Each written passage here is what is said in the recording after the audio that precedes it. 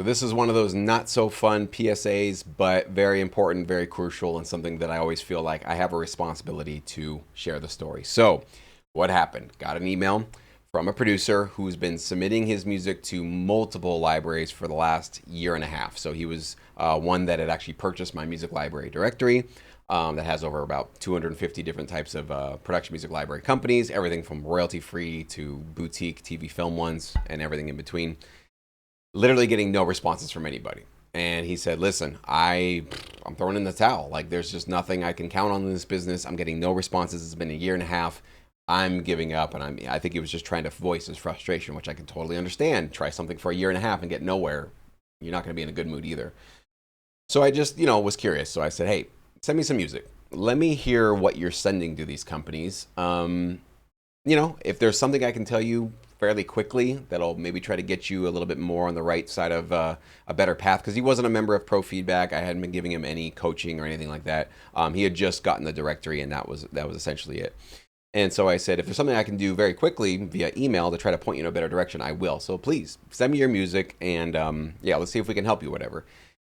So he replies, but what he does is he replies to me 3 different times, and each time he attaches an MP3 file. So we won't get into the music yet, but the first thing, guys, do not send attachments in this business, ever. Unless you're literally working with a library and they're saying, give us the WAV files and the stems and the alt mixes and like literally all the assets we need, because we've already accepted you, we've already got you under contract, and now we need to actually distribute your music. You're going to send them a Dropbox, a WeTransfer, something like that. But when you're pitching to anybody in sync licensing, I can guarantee you nobody wants attachments. Nobody wants to download it. Nobody wants to take the risk. It's messy. 3 different emails with 3 different tracks. There's so much friction that this person was putting between. And I'm not a library, but I could see if this was the approach that they were taking with me, chances are they were taking it with other libraries as well. And so I let them know that. I said, just so you know, never do this again, okay? If somebody asks you for music, you should be giving them one single link that has access to all the music you want them to listen to. So I should click on it. It should go to Disco. It should go to Realcrafter. It should go to your own website. Not SoundCloud. Do not use SoundCloud. There is crazy compression. There's ads in there. Just don't use SoundCloud, guys. But whatever you're using, it should just be a link. And I should not have to download anything to listen to what you have. And you should not make me open 3 different emails to hear 3 different songs. Never, ever. So hopefully that's just, I'm preaching to the choir and you guys know that. But if you didn't know that, now you do. And then the second thing, his music wasn't low quality at all. He actually had some great kind of almost score type compositions, but again, not necessarily right for production music libraries, not in the direction that I usually coach you guys to go. But he did say in his email, and what I noticed as well, and I was listening to it, he says, and many of these have odd time signatures, like 9/8 and 5/4, and all these different really creative time signatures that are not mainstream. Let's just say it. I'm gonna say they're not normal, but they're not in the mainstream. So this composer is composing a whole bunch of essentially score music that would probably be better if you were a film composer scoring directly to picture. On top of that, using, creative, forward-thinking, avant-garde time signatures. And I don't know necessarily even maybe some of the key signatures were changing. I don't know all the details of that. But what I told him, and I was trying to be very, empathetic, but I just said, listen, this is not about impressing, the industry with your prowess as a composer in terms of creating odd time signatures and sort of unorthodox time signatures. It's great that you can compose in them, and I'm sure that's something that most people cannot do, and that's amazing. And I was listening to it, and sure enough, he was able to kind of make it work because it sounded like, coherent music, of course. But I said, you got to realize, like, when we are putting music into a TV show, a commercial, a trailer, are we trying to market ourselves to the 0.001% of the population that understands and appreciates odd time signatures in their music? It's not bebop jazz anymore, guys. Like, those days are not here, okay? So, like it or not, we are living in the era of we need accessible music. Meaning, and this also goes for those of you that are metalheads and you have crazy 16th or 32nd note double kick patterns in your tracks, and you got some wailing leads and you go in crazy 5/4 time signature. Did this myself where I had I think it was a 5/4 Tool kind of a rhythm and a weird track that I did way back in the early start of my career. I can guarantee you it got no placements. So I made this mistake. So above and beyond anything that you can shred, any advanced time signature you can do, changing keys, which by the way, don't do that either.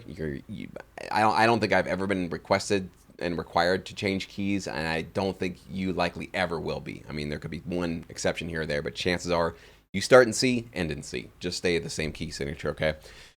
But we need to realize that our music, above and beyond everything else, needs to be accessible by the general public, which means that we should be focusing, I call it, just on groove. So if you got some cool metal tracks, yeah, there's some use for metal in sync licensing, but it better have a groove that makes me and anybody else listening to it do this and bob our heads. If it's so complex and crazy and intricate and fast that I just kind of go, I don't know what to do, this is making my head hurt, no placements for you. That's just going to be how it is. And I know maybe that's a reason why some of you guys do not want to continue on with sync licensing, because you think, well, I'm not dumbing it down. I like to have my very sophisticated and complex X, Y, or Z, and I'm not going to dumb it down to make it groove like that. Not for me. Cool. No problem. Sync licensing, there's plenty of other opportunities for you. This just might not be the one that fits you. But if you can really get into groove and you can really appreciate that making something simple and accessible does not make it worse, in some ways, I can say it makes it stronger. You know, it's that whole adage of less is more. I've definitely found that in my career. The more that I try to stack up and make more tracks and make something more intricate, usually the more noisy and chaotic and less focused it becomes. When I start with not much and I restrict myself for, nope, you got to make sure that you're not getting crazy, with the drums or with the guitar or with your riffs, but you really are focusing on just strong drum beats, strong guitar riffs, strong dynamics with your track. Having your verses lead to the proper and right chorus with a bigger explosion of energy in that chorus. And that chorus just feels satisfying. It feels like from that verse, we went up in energy and now we've delivered on this knockout of the park, whatever you want to call it. Simple things like this is really actually more of what you're going to see that gets you more success in this business. And impressing anybody with your musical talents, depending on what those music talents aren't always an asset for you, which is why, it might frustrate some people. But for me, of course, as somebody who does not read music, I took music theory in college, but I don't use it at all. I don't read music, don't know what key I'm writing in any of the time, okay? So for me, I love it because it makes me a player in this business. I don't have to have the sophistication of a classically trained composer or something like that. I can focus on groove and feeling and mood and riffs and drum beats and the things that really help pull emotion directly out of me. And that's all we're doing. It's kind of a big spoiler alert. That's all we do in sync licensing is we are containing and encapsulating a little focus about a bit amount of emotional energy in our tracks and keeping those tracks consistent in energy, in mood, in tone, which is why I'm saying keep the same tempo, keep the same key, keep the same emotion and vibe so that an editor who might want to place your track knows they can count on that X, Y, or Z mood or vibe that you're giving them as long as they need it. And if they need it for 20 seconds, they can get it. If they need it for 120 seconds, they can get that as well.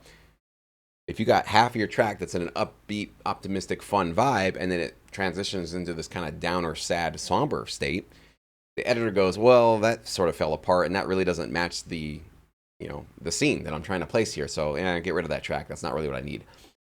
Most libraries are going to probably give you pushback before you even get to that scenario. So let's not make that mistake. Let's make sure that we are creating consistent, energies and moods and genres and all that good stuff, and focusing on accessibility. 4/4 and 3/4 are great time signatures, even 6/8. But these are time signatures that are time tested. Most pop music follows them. They're ones that most general audiences can connect to and feel, moved by emotionally, and not just audiences, but music supervisors and editors, the people that are going to be listening to your music multiple times as they're editing and going through their projects. So word to the wise, just make it be known. And I feel for this, composer. Hopefully my notes and maybe this video can help set them on a better path. I just hate to hear these stories where people have been, struggling for months or years. And it's like a quick conversation like this or a video like this could have steered some of you guys in a much more profitable direction much sooner on. So that's why it's important for me to make these videos. So hopefully you found this useful.